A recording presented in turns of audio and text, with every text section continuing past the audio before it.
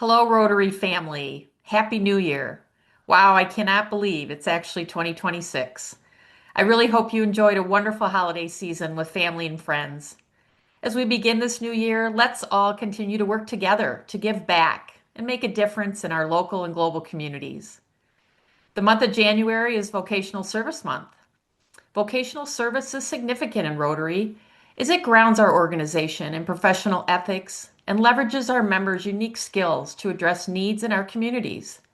It also upholds our motto of service above self in our daily work by promoting integrity, mentoring, and community development through professional expertise. Through our Rotary Foundation, we have a vocational service global grant program. I hope you enjoyed this message from past District Governor Ron Smith about his vocational training team experience in Uganda.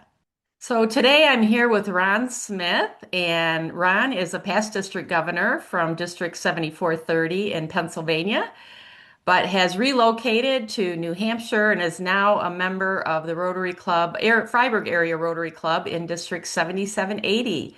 Ron, thank you so much for being here today. Great, my pleasure. Good seeing you. Nice to see you again. So I asked you to join us here today because vocational service is one of our five avenues of service. And in January, for Rotary, we celebrate Vocational Service Month. And I discovered that you led the effort for a vocational training team global grant in Uganda. Can you share a little bit about the VTT and the impact of this program? I'd love to. I think the VTT is one of the most impactful programs. The biggest reason is the kind of sustainable difference you can make.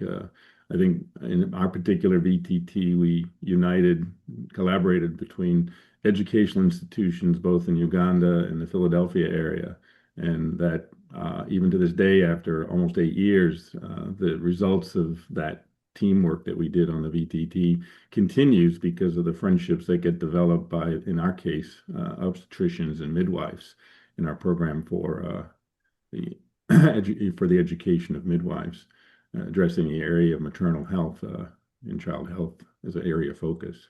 So I think by leaving educational materials, by exchanging doctors and midwives in this case, the Rotarians back away and we let, you know, human beings do what they do, and having the VTT as the framework for that is a wonderful way to have impact.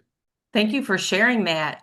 Can you tell us a little bit about what you think the significance is of the vocational training part of the grant? In our case, we worked locally with health centers, and at the health centers, we kind of had some community assessments done, and we said, "What do you need?" And one of their struggles always was maintaining midwives.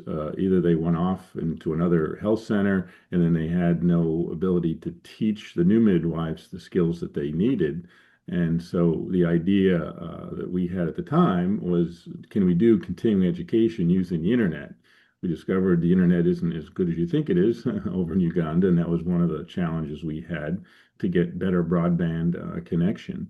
But having vocation, in our case, trained midwives, because they would have to leave their health centers to go get higher education or retrained. And we were delivering, in this particular case, hands-on education as well as distance education using simulators. You wear kind of an apron. The apron has a uterus, and you practice how to deal with hemorrhage or how to deal with other kinds of issues you might have during delivery, including the resuscitation of an infant.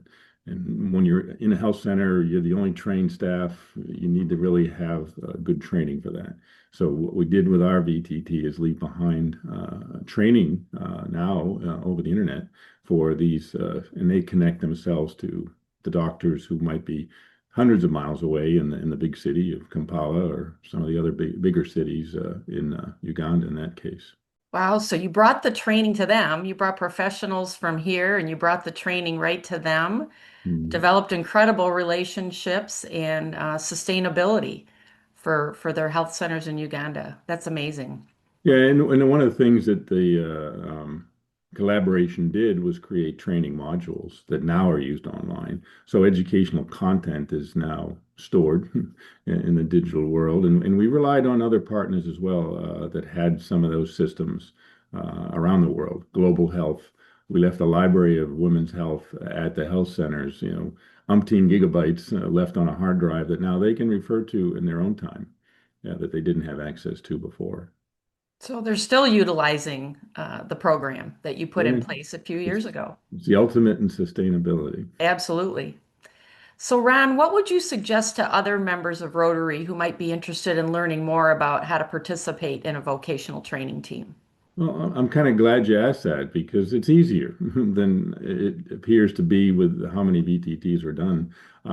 Basically, go to your local institution of education, understand through your community assessment your partner country that you're dealing with, whether it's construction and civil engineering, whether it's in our case health or disease prevention, even in how do you develop a community and use community development as your focus, and whether it's a library. You go to an educational institution near you and kind of explain to them what you'd like to do and have some global impact. And many institutions of education like to have some aspect of global I guess, contact with other countries. And so once you get that, you find a host institution and using your host partner, say, hey, is there a community college? Is there a trade school that would like to engage in global assistance? And it's amazing once you get them together, they start planning and the Rotarian is more like the orchestra leader and just kind of say, look, I have resources, you have ideas, let's put some together, let's apply for a grant. So I think that's really the best way these VTTs can start. It doesn't have to be an institution of higher education, a university, although those ones tend to be much more global focused. But on the other hand, using a community college who has either nursing or dentistry or construction, civil engineering, community development, the idea of marketing, public relations, things like that. You can bring those folks over to a country that doesn't have access to that kind of skill, and then improve the skills in that country using those connections. So I think that's how it starts. Well, thank you for those great ideas and suggestions. I do hope that more of our members will look into participating in a vocational training team global grant. It's such a great program. Well, thank you so much for taking the time, Ron. Thanks for your support of our Rotary Foundation and for sharing your story with us today. My pleasure.